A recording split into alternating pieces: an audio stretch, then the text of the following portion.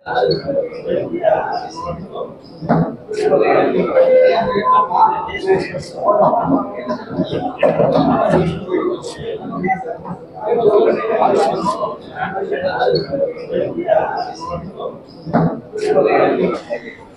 పత్రికా సమావేశాన్ని ఇచ్చేసినటువంటి ప్రెస్ మీడియా సభ్యులు అందరికీ కూడా ప్రింట్ మీడియా సభ్యులందరికీ పేరు నమస్కారాలు. నిన్నటి రోజున మా రాష్ట్ర అధినాయకుడు గౌరవనీయులు వైఎస్ జగన్మోహన్ రెడ్డి గారు 2024-2029కి సంబంధించినటువంటి మేనిఫెస్టోని రిలీజ్ చేయడం జరిగింది. ఈ మేనిఫెస్టో చూసినటువంటి ప్రతి ఒక్కరు కూడా ఎంత పకడ్బందీగా ఎంత ప్రాపర్గా ఈ మేనిఫెస్టోని ప్లాన్ చేశారు అనేది తెలుస్తూ ఉంది అని చాలామంది విజ్ఞులు, ఎకానమిస్టులు అందరూ కూడా మాట్లాడుతూ ఉన్నారు.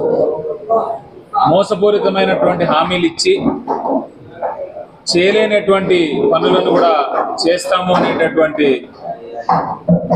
పరిస్థితులు తీసుకొస్తున్నటువంటి అపోజిషన్ పార్టీ వాళ్ళు ఎందరూ చెప్పినా కూడా మనల్ని నమ్ముకున్న ప్రజల కోసం మనం ఇచ్చేటటువంటి హామీ కానీ మాట కానీ ఏది కూడా తప్పకూడదు అని జగన్మోహన్ రెడ్డి గారు సంపూర్ణంగా నమ్ముతారు. కాబట్టి ఆయన నిన్న మాట్లాడుతూ ఉన్నప్పుడు కూడా ఒక మాట అన్నారు, నేను బ్రతుకున్నంత వరకు ఏదైనా ఒక మాట ఇస్తే ఆ మాట నిలబెట్టుకునే విధంగానే ఉండాలి, కానీ ఎటువంటి పరిస్థితుల్లో కూడా ఆ మాట తప్పి జగన్మోహన్ రెడ్డి మాట ఇచ్చి తప్పుతాడు అనేటటువంటి పేరు నాకు ఉండకూడదు అని ఇచ్చేదే చెబుతాం, చెప్పేదే చేస్తామనేటటువంటి నినాదంతోనే జగన్మోహన్ రెడ్డి గారు ముందుకెళ్తా ఉన్నారు. ఈరోజు మరి మేనిఫెస్టో కూడా నవరత్నాలు ప్లస్ అనేటటువంటి మేనిఫెస్టో రిలీజ్ చేశారు. ఇంతకు ముందు 2019 నుంచి 2024 మధ్య ఏవైతే హామీలు ఇచ్చారో ఆ హామీలన్నీ నెరవేర్చారు. కాబట్టి అన్ని వర్గాలకు చెందినటువంటి ప్రజలకు ఆ హామీలన్నీ కూడా అందాయి. కాబట్టి ఆ హామీలన్నీ కంటిన్యూ చేస్తూ మా ప్రభుత్వం గత 5 సంవత్సరాలుగా పనిచేసినటువంటి తీరు మీద ఉన్నటువంటి నమ్మకాన్ని కూడా ఈ మేనిఫెస్టో చూపిస్తూ ఉంది.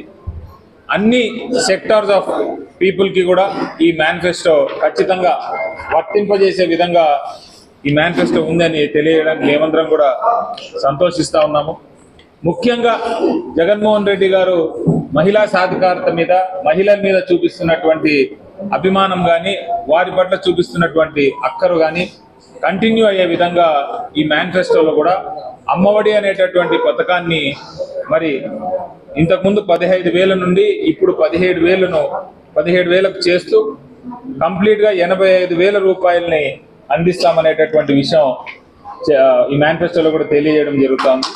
అలాగే వైఎస్ఆర్ చేయూత అనేటటువంటి పథకాన్ని కంటిన్యూ చేస్తూ మరొక 75,000 రూపాయలని 4 విడతల్లో ఇచ్చే విధంగా కూడా ప్లాన్ చేస్తూ ఉన్నాము.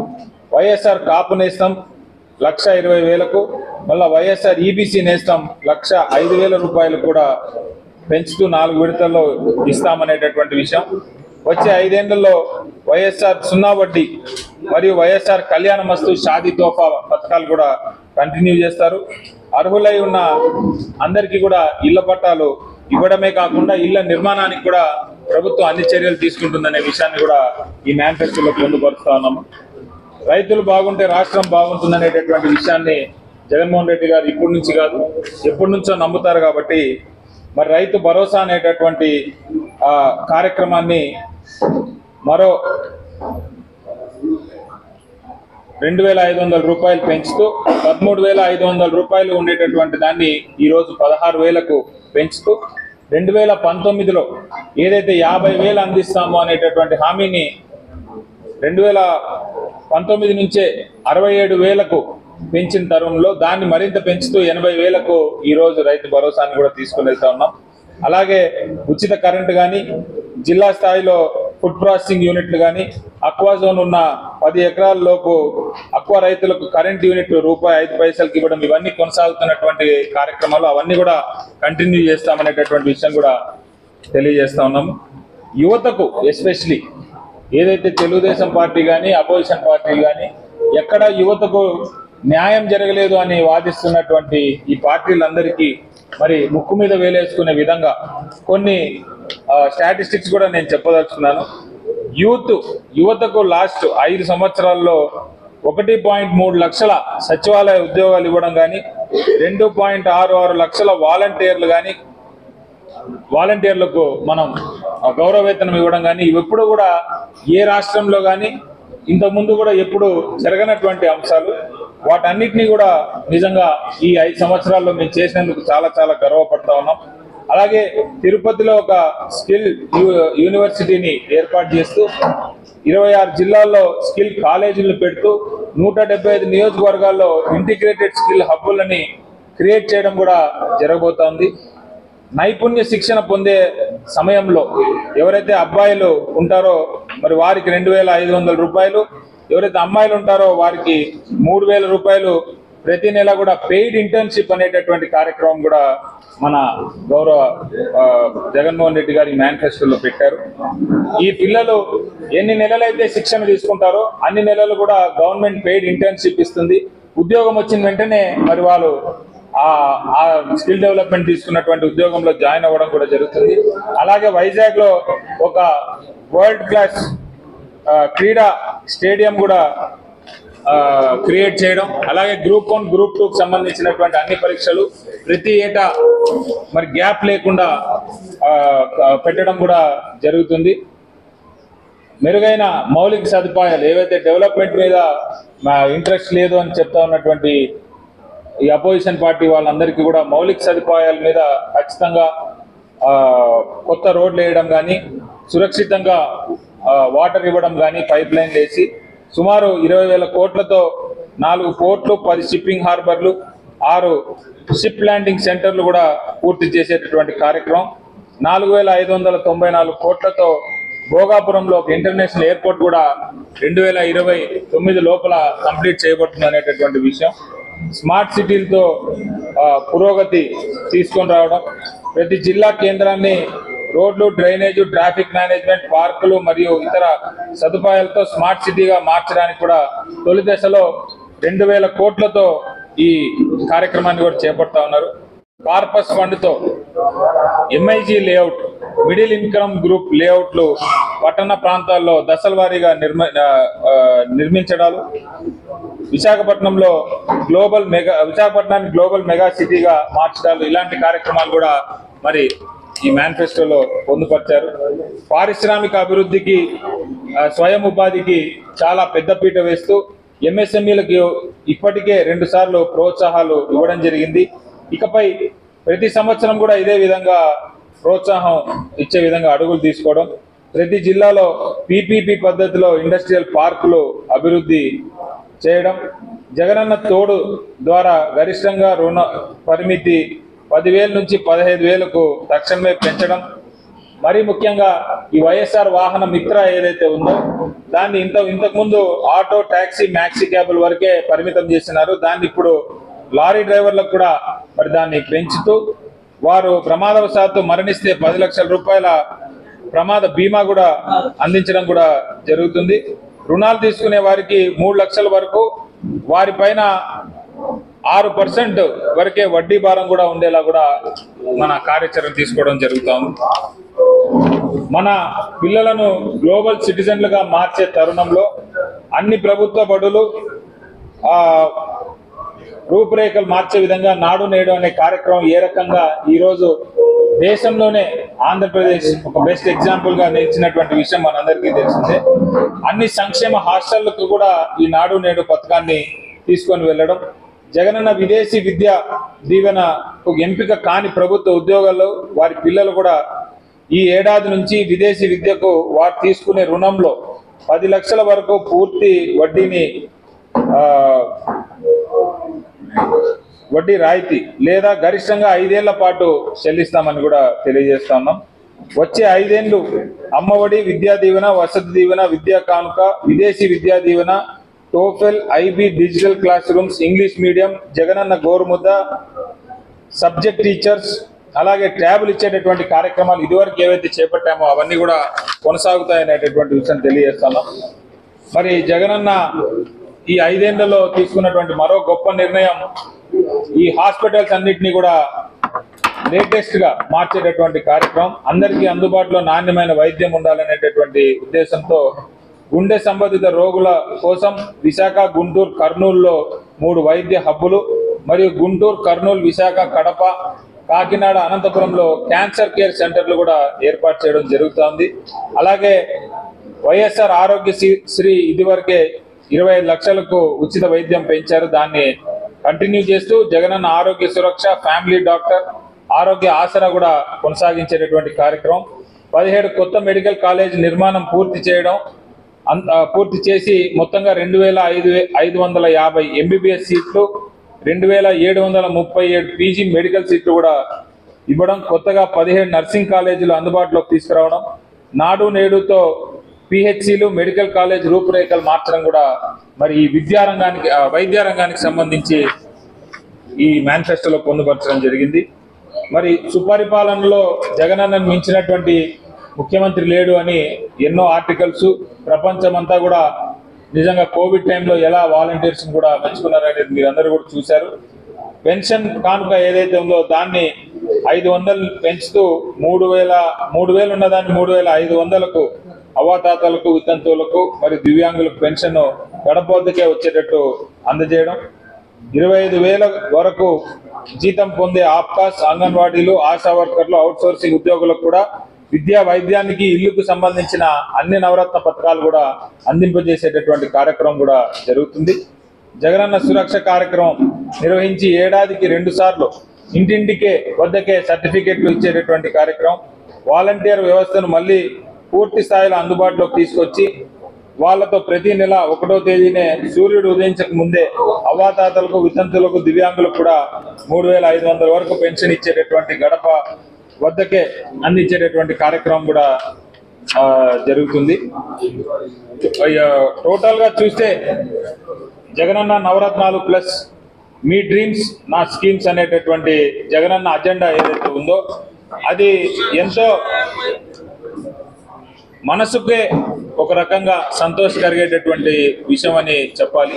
ఈ మేనిఫెస్టో చదివినటువంటి ప్రతి ఒక్కరూ ఈ గవర్నమెంట్ ఈ 5 సంవత్సరాల్లో ఏ రకంగా పనిచేసింది, రాబోయేటటువంటి 5 సంవత్సరాలు ఏ రకంగా పని చేయబోతుంది అనేటటువంటి విషయంలో క్రిస్టల్ క్లారిటీతో ఉన్నారనేటటువంటి మాట మాత్రం మేమందరం కూడా చెప్పగలుగుతాం.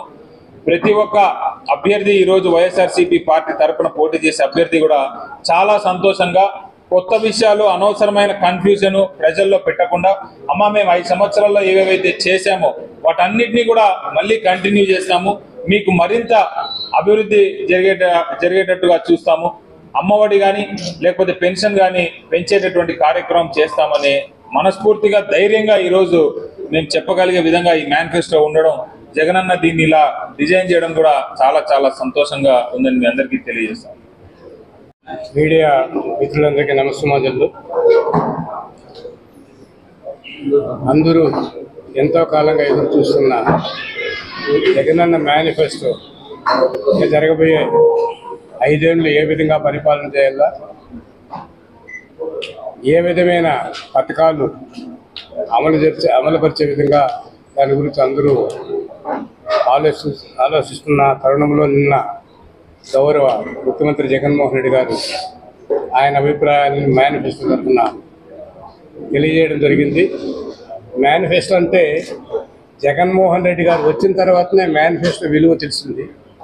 దానికి ముఖ్య కారణం ఆయన ఏంటంటే ఇందులో అబద్ధాలు ఉండకూడదు, ఏది చెప్పినా నిజం మాట్లాడేది, మనం భగవద్గీత, ఖురాను ఏ విధంగా చూసుకుంటామో ఆ విధంగానే మనం చెప్పినవన్నీ నిజాలుగా ఉంటే మనల్ని అందరూ అభినందించేది కాకుండా మనకు అందరికీ వారి సౌకర్యార్థం మేనిఫెస్టో పెట్టాలని తెలియజేశారు.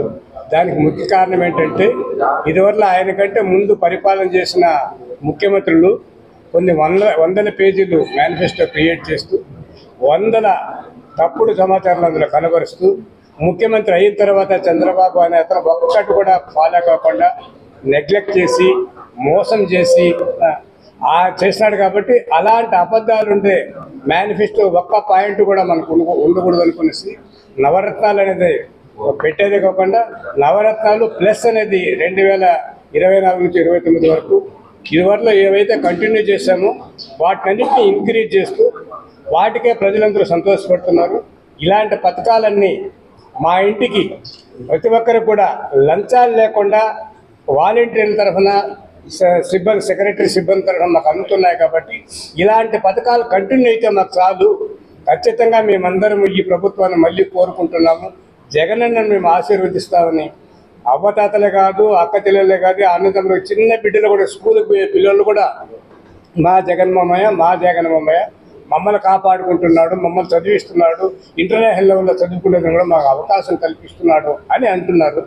ఇంకా మహిళల గురించి చెప్పాలంటే మా అప్పులన్నీ తీర్చేది కాకుండా మళ్ళీ వాటిని మాకు ఏ విధంగా సౌకర్యాలు కలగజేయాలో ఈ ఈబీసీ అయితేనేమి, కాపు నేస్తం అయితేనేమి, ఇలాంటి వాళ్ళందరికీ కూడా మహిళలకు ముందు ఇస్తున్న డబ్బులు 45,000 కంటే ఇప్పుడు 60,000 70,000 పెంచి ఇచ్చేది కాకుండా మాకు 5 ఏళ్ళు కూడా ఇక్కడ ఈ స్కీమ్ కంటిన్యూ చేస్తున్నారు. కాబట్టి అవ్వతాతలకు ఇచ్చే పెన్షన్ కూడా క్రమబద్ధీకరంగా 3,000 నుంచి 5,000 500 రూపాయలు పెంచుతూ మాకు ఇస్తున్నారు. కాబట్టి మా పిల్లలకి ఇచ్చే అమ్మఒడి కూడా ముందు ఇచ్చేదానికన్నా 2,000 రూపాయలు ఎక్కువ ఇస్తున్నారు. కాబట్టి మేమందరూ స్థిరంగా స్థిరపడేదానికి మంచి అవకాశం కల్పిస్తున్న మా ముఖ్యమంత్రిని మేము ఎప్పుడూ అభినందిస్తామని చెప్తున్నారు. అదేవిధంగా కొంతమంది ఏమంటే రైతు భరోసా గురించి రైతు భరోసా మనకి ఆయన ఇచ్చే డబ్బులు 13,500 కాకుండా ఇప్పుడు 16,000 దాకా పెంచినాడు. అది కాకుండా మాకు రుణమాఫీ చేసింటే బాగుండు అని అంటున్నారు. మీ పత్రికల వారి దృష్టికి నేను తీసుకొస్తున్నాను. రుణమాఫీ అనేది ఒక ఊర్లో రైతులు ఉన్నారనుకోండి, 100 మంది రైతులు ఉంటే అందులో 5 మందో 10 మందో రుణం తీసుకుంటారు, అప్పు చేసింటారు. మిగతా వాళ్ళంతా బ్యాంకులకు అప్పులు పోరు. సాధ్యమైనంత క్రాప్ లోన్ తీసుకొని చిన్న లోన్లు తీసుకొని మళ్ళీ తిరిగి కట్టేస్తుంటారు. ఇప్పుడు ఈ రైతు భరోసా ఇస్తున్నారు కాబట్టి ఆ 100 మంది రైతులకు కూడా అప్లికబుల్ ఈ అమౌంట్ వస్తుంది ఖచ్చితంగా. అదే రుణమాఫీ చేస్తారనుకో 5 ఏళ్లకు 6 ఏళ్లకు వస్తుంది. కాబట్టి దాన్ని ఒక వేరే విధంగా దీన్ని ప్రాపకాండ చేస్తున్నారు. దయచేసి నమ్మద్దండి. ఇప్పుడు పెట్టిన పథకం చాలా బాగుందనేసి రైతు సోదరులందరూ మనకు తెలియజేసుకుంటున్నారు. అదేవిధంగా మహిళలు పూర్వకాలంలో మేమంతా చంద్రబాబు పీరియడ్లో మేము మోసపోయినాము. మా బ్యాంకుల్లో పెట్టిన నగలు విడిపించుకోలేకపోయినాము, కాలిబొడ్లు విడిపించుకోలేకపోయినాము, మా బిడ్డలు చదివించుకోలేకపోయినాము. అప్పుడు ఇప్పుడు నాడు నేడు పెట్టిన పాఠశాలలు ఇస్తే మా బిడ్డలు ఇంత హాయిగా సుఖంగా కార్పొరేట్ స్కూల్ కానీ మా పిల్లలు పోతున్నారంటే వాళ్ళు సంతోషపడుతున్నారు. కాబట్టి సంపద ఏ విధంగా సృష్టిస్తారు? మనకు కట్టబోయే పోర్టులు కానీ షిప్ యార్డులు కానీ వీటి కూడా ఖచ్చితంగా టూరిజం కూడా పెరుగుతుంది. ఈ వర్షాకాలం ఇప్పుడు మనకు నీటి వసతులు కూడా పోలవరం వచ్చేది కాకుండా కృష్ణానది వాటర్లు కూడా అటువంటి ప్రాంత కుప్పం వరకు ఇస్తున్నారు. కాబట్టి ఇక మీదట తాగునీటికి సాగు చేసుకునే నీటి సమస్య ఉండదు. కాబట్టి ఉన్న రైతులందరూ కూడా వ్యవసాయం చేసుకునేదానికి పని చేసే వరకు రైతు కూలీలకు కానీ పనిముట్లు చేసే సకాలంలో సప్లై చేయడానికి వాళ్ళు వారి పనులు చేసుకునేందుకు కూడా చాలా ఉపయోగపడుతుంది. రైతు భరోసా అనేది అందరికీ వాళ్ళకి ఉపయోగపడుతుంది. కాబట్టి జగనన్న పెట్టిన పథకాలు చూసి ఏ రాష్ట్రంలో మనమంతా చదువుకున్న వాళ్ళం, ఈ దేశంలో వేరే ముఖ్యమంత్రులు ఎవరు ఇలాంటి పథకాలు ఇంతవరకు పెట్టలేదు. పెడతామని కూడా ఆలోచన, ఎందుకంటే బడ్జెట్ చాలా నా బడ్జెట్ అంతా కూడా ప్రజలకు అంతే చాలు, ప్రతి కుటుంబానికి అందాలి, పెత్తందారులుగా కాదు పేదవాళ్ళకు కూడా నా పథకాలు అందాలి, ఆ అక్క చెల్లెలు కానీ అన్నదమ్ములు కానీ అవ్వతాతలు కానీ సుఖంగా ఉండాలి అని కోరుకుంటున్న జగన్మోహన్ రెడ్డి నిన్ను ప్రవేశపెట్టిందే నిజంగా ఈ నవరత్నాలు ప్లస్ మేనిఫెస్టో నిజంగా ఖురాన్ లాగా, గ్రంథం లాగా, బైబిల్ లాగా మనమంతా పాటిస్తే ఇందులో అన్ని నిజాలే ఉంటాయి. కాబట్టి ఈ నిజాలన్నీ అమలు పరిస్తే మాత్రం ఖచ్చితంగా అందరూ బాగుపడతారు, అందరూ సుఖంగా ఉంటారు. ఆ పార్టీకి మంచి పేరు వచ్చేది కాకుండా రేపు ఎన్నికలంటూ జరిగితే ఖచ్చితంగా మీరే చూస్తున్నారు.